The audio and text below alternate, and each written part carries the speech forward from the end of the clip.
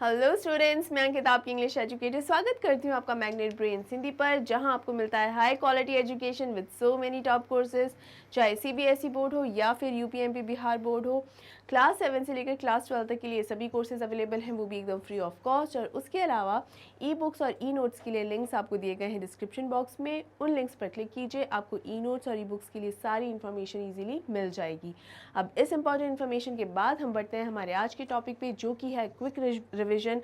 आपकी जो supplementary book है मोमेंट्स, उसका सबसे पहला चैप्टर द लॉस्ट चाइल्ड के क्विक रिवीजन आज हम कवर करेंगे। तो देखते हैं किसने लिखा है इस चैप्टर को और क्या है इस चैप्टर के अंदर मोस्ट इंपॉर्टेंट पॉइंट्स, आज हम उनको कवर करेंगे, राइट। तो चलिए स्टूडेंट्स, इसे लिखा है मुल्क राज आनंद ने, जो कि one of the most celebrated Indian authors में से एक हैं। तो स्टूडेंट्स, इनका जन्म हुआ था 12 दिसंबर 1905 में और स्टूडेंट्स इनकी डेथ हुई थी 28 सितंबर 2004 में।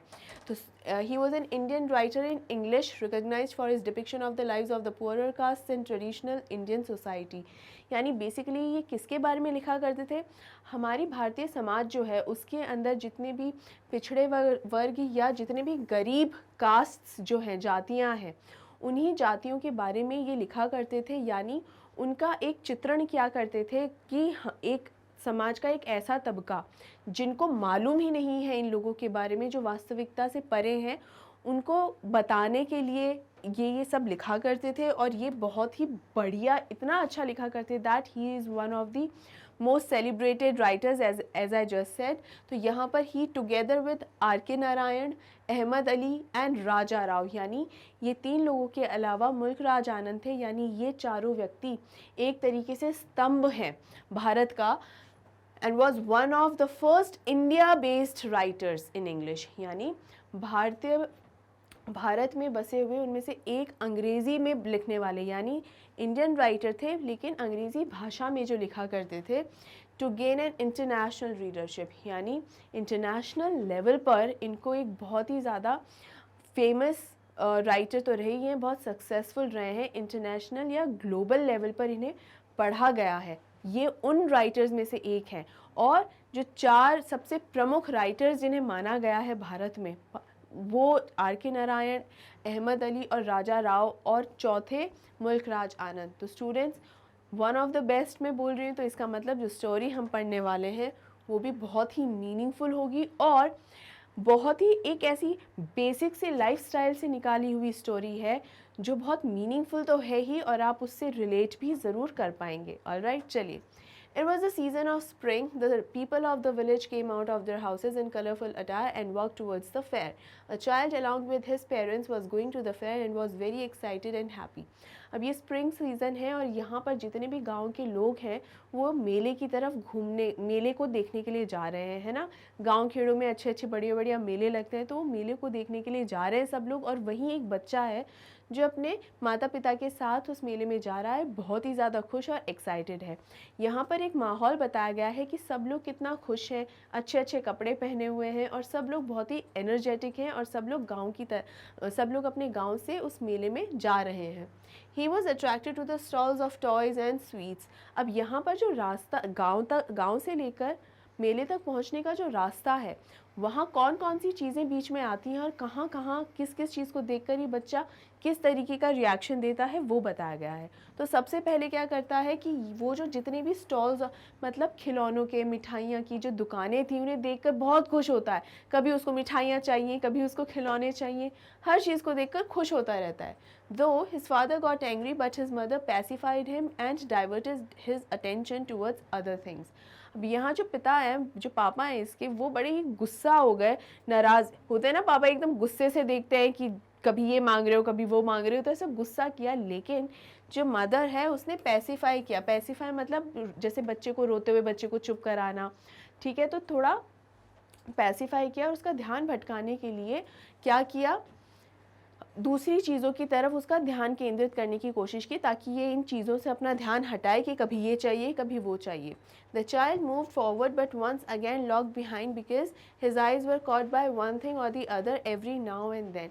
अब यहाँ पर बेसिकली कहाँ ध्यान केंद्रित करवाने की कोशिश की थी इसकी मदर ने? सरसों के खेतों की तरफ, कि देखो सरसों के खेत, तो बच्चे को वो भी बहुत पसंद आया. उस सरसों के खेत पर जितनी भी तितलियाँ थी या भंवरे थे उनको वो देखने लगा और फिर से पीछे रह गया, क्योंकि वहाँ पर बच्चा क्या उन तितलियों के साथ ही खेलने में लगा रहा. कितने सुंदर सुंदर रंग बिरंगी तितलियाँ थी, कभी किसी को पकड़ना चाहता था, अपने पास रखना चाहता था, और इसी बीच क्या हुआ, फिर से वो अपने माँ बाप से पीछे छूट जाता था. ठीक है, अब आगे क्या होता है? As they moved forward, the child wanted the various things on the stalls.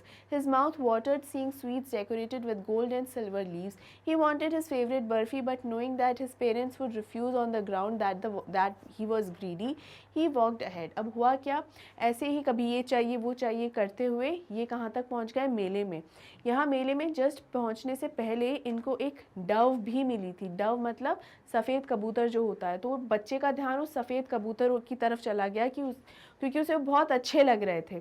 ठीक है, कभी फूल इकट्ठे कर रहा था, जब कबूतर को देखा तो हाथ से फूल छूट गए और उस कबूतर की तरफ भागने लगा. और फिर वापस से मेले की तरफ पहुँचे, और जैसे ही मेले में पहुँचे जो सबसे पहली दुकान देखी वो देखी हलवाई की मिठाई की दुकान. किसी पर सिल्वर बरक लगा हुआ है, किसी पर गोल्डन सुनहरा बरक लगा हुआ है, और बहुत ही अच्छी अच्छी मिठाइयाँ थी. और बच्चे का बहुत मन कर रहा था कि मैं ये ख़रीदूँ, लेकिन कहीं ना कहीं उसने अपने पिता से कहा नहीं. क्यों? क्योंकि उसने ये सोचा, अपने मन में ही सोचा कि अगर उसने ये अपने पिता से मिठाई के लिए कहा तो उसके पिता क्या कहेंगे कि तुम तो बड़े लालची हो, यानी इस बच्चे को लालची बुलाएंगे, और इसलिए वो आगे बढ़ गया.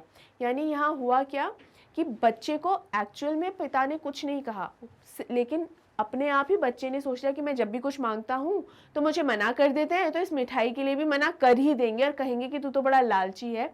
तो वो कुछ जवाब ही नहीं सुना उसने, और बस कह दिया कि हाँ ठीक है आगे चलते हैं, पिताजी दिलाएंगे तो है नहीं. Then he saw a beautiful garland of gulmohar but didn't ask for it. Then he saw balloons, but he knew very well that his parents would deny due to the fact that he was too old to play with balloons. So he walked away. अब जब वो आगे बढ़ा तो उसको गुलमोहर के फूलों की माला दिखाई दी. वो भी उसे बहुत अच्छी लगी, तो इसने कहा मुझे दिला दो, मतलब फिर वो भी चाहिए. लेकिन फिर खुद ही सोच कर बैठ गया कि मेरे पिताजी बोलेंगे कि ये गुलमोहर की माला तो बहुत ही सस्ती सी और बहुत ही चीप सी है, तो रहने दो. ये खुद ही सोच लिया बच्चे ने, और फिर आगे बढ़ गया. फिर उसको गुब्बारे वाला दिखा, फिर उसने कहा कितने कलरफुल और एकदम रेनबो कलर के गुब्बारे हैं, ये चाहिए. लेकिन फिर उसने अपने पिता से कुछ नहीं कहा और अपने आप ही सोच कर बैठ गया कि पिता कहेंगे कि तुम्हारी गुब्बारों से खेलने की उम्र थोड़ी है. यानी मेले में पहुंचने के बाद जो जो चीज़ें वो देखता जा रहा था और उसको जो जो चीज़ें चाहिए थी, उसके लिए वो एक्चुअल में अपने फादर से कुछ बोल ही नहीं पा रहा था, और अपने आप से ही सोच रहा था कि हाँ मेरे पिता मुझे मना कर देंगे, और क्यों मना कर देंगे ये भी बता रहा था. Then he saw a snake charmer यानी बीन बजाने वाला सपेरा जो है वो देखा, और वो सपेरे जो सांप से एक जो खेल दिखाते हैं, बीन बजाता है सांप अपना सर निकाल के एक डांस सा करता है, तो ऐसा उसने जब देखा तो वो भी बहुत पसंद आया बच्चे को. He saw a snake charmer and a roundabout swing. As he stopped to ask his parents for permission to enjoy the swing, to his astonishment there was no reply. Neither his father nor his mother was there. अब हुआ क्या, जब सपेरे को देखा तो उसको भी बहुत अच्छा लगा कि मुझे यहाँ खड़े होकर ये देखना चाहिए, लेकिन फिर उसने अपने मन से ही सोच लिया कि उसके पेरेंट्स कहेंगे कि ये बीन की आवाज़ तो बिल्कुल अच्छी नहीं होती और बच्चों को नहीं सुननी चाहिए, तो आगे चलो. इसके बाद आगे बढ़ा तो उसने एक राउंड बाउट झूला देखा जो गोल गोल ऐसे घूमता है प्लेटफॉर्म पे, वो जो घूमता है. तब उसने कहा ये मुझे झूलना है और इसके लिए तो मैं अपने मम्मी पापा को ज़रूर बोलूँगा, और उसने बहुत कॉन्फिडेंटली बोला कि मुझे यहाँ झूलना है. लेकिन कोई आंसर नहीं आया. जब आंसर नहीं आया तो बच्चे ने जब पलट कर देखा तो उसने देखा मेरे तो मम्मी पापा यहाँ पर है ही नहीं. उसने हर जगह घूम कर देख लिया, आवाज़ लगा कर देख ली, लेकिन बच्चे को अपने पेरेंट्स कहीं नज़र नहीं आए. और उस मोमेंट में उसको ये एहसास हुआ कि मेरे पेरेंट्स से मैं बिछड़ चुका हूँ, और इधर उधर वो रोने लगा, चिल्लाने लगा, और ऐसे ही करते करते कहाँ जाके पहुँच गया, एक मंदिर में. Now the child realized that he was lost. He ran here and there but could not find them. The place was overcrowded. He got terrified, but suddenly a kind-hearted man took him up in his arms and consoled the bitterly weeping child. अब हुआ क्या, वो जब मंदिर में पहुंच गया वहाँ पर भी बहुत ज़्यादा भीड़ थी, बहुत ज़्यादा ही क्राउड था, इतने सारे लोग थे कि बहुत भीड़ भाड़ धक्का मुक्की सब हो रही थी। इसी बीच एक आदमी ने जब उस बच्चे को देखा और ध्यान दिया तो उसने अपनी गोदी में उसे उठाया कि तुम अकेले यहाँ पर क्या कर रहे हो, अकेले यहाँ नहीं होना चाहिए तुमको, तुम्हारे पेरेंट्स कहाँ हैं, तुम्हें क्या चाहिए। तो वो बच्चा फूट फूट के रोने लगा और ज़ोर ज़ोर से चिल्लाने लगा, मुझे सिर्फ मेरे मम्मी और मेरे पापा चाहिए। तो यहाँ पर समझ में आ गया था इस आदमी को कि इसके जो पेरेंट्स हैं ये उनसे दूर हो गया है, भटक गया है, खो गया है। तो यहाँ पर क्या हुआ, ये आदमी क्या करता है, इस बच्चे को हर वो चीज़ दिलाने की कोशिश करता है जिससे वो उम्मीद है कि वो बच्चा खुश हो जाए। तो देखिए क्या करता है, he asked if he would like to have a joy ride. Joy ride मतलब वही झूला जो झूलने के लिए वो बोला था, जिसने अपने पेरेंट्स को जब बोला था कि मुझे ये झूला झूलना है। तो झूला सबसे पहले वहीं लेकर गया। But the child soft, I want my father, I want my mother. ये कि मुझे मेरे मम्मी पापा बस यही चाहिए और मुझे कोई झूला वगैरह नहीं झूलना। उसके बाद स्वीट्स, बलून्स, गार्लैंड, देखिए ये सब वही चीज़ें, एंड स्नेक चार्मर का भी, ये सब वही चीज़ें हैं जो बच्चे को पहले चाहिए थी और बहुत ज़्यादा चाहिए थी कि बस मुझे मिठाई दिख रही है तो मिठाई मिल जाए, फूल दिख रहे हैं तो फूल माला मिल जाए, बस यही चाहिए था, उसके अलावा कुछ नहीं। लेकिन अब जब उसने देखा कि वो उसके पेरेंट्स जब उसके पास नहीं है तो यही सारी चीज़ें अब उसको बिल्कुल कोई इंटरेस्ट नहीं रहा उसका इन सब चीज़ों में, और उसको सिर्फ क्या चाहिए थे, उसकी मम्मी और पापा चाहिए थे। But the child kept sobbing, I want my father, I want my mother. Students, ये जो I want my father, I want my mother है, इसे अच्छे से याद कर लीजिए इन कोट्स के अंदर, क्योंकि ये ही है इस चैप्टर का कोर फ्रेज। सबसे इम्पॉर्टेंट जो सेंटेंस है वो यही है। आपको अपने क्वेश्चंस में जो आंसर्स लिखेंगे वो लिखने में बहुत हेल्प करेगा, ये मार्क्स भी और अच्छे आएंगे, राइट। तो मेक श्योर आप इसे ज़रूर से ज़रूर लिखें, ये बहुत ज़्यादा इंपॉर्टेंट है। एंड स्टूडेंट्स, होपफुली आपको सारे जो इंपॉर्टेंट पॉइंट्स हैं वो समझ में आ गए होंगे, और जो मैसेज निकल कर आता है इस चैप्टर से वो ये निकल कर आता है कि हम हमारे पेरेंट्स के साथ जब तक होते हैं तब तक हमें उनकी कद्र नहीं होती, हमारा ध्यान हमेशा दूसरी चीज़ों पर रहता है। लेकिन जब हम हमारे पेरेंट्स से बिछड़ जाते हैं तब हमें एहसास होता है कि उनकी क्या वैल्यू रही है हमारी लाइफ में, और वो वैल्यू कभी भी कम नहीं होती है। ये सिर्फ पेरेंट्स को लेकर ही नहीं, हम उन चीज़ों को लेकर भी अप्लाई कर सकते हैं कि जो हमारे पास होती हैं और हम उसको उनकी कीमत को नहीं समझते। तो हमेशा हमारे पास जो कुछ भी हो, चाहे कम हो या ज़्यादा, हमेशा उन चीज़ को वैल्यू करें जो आपके पास है।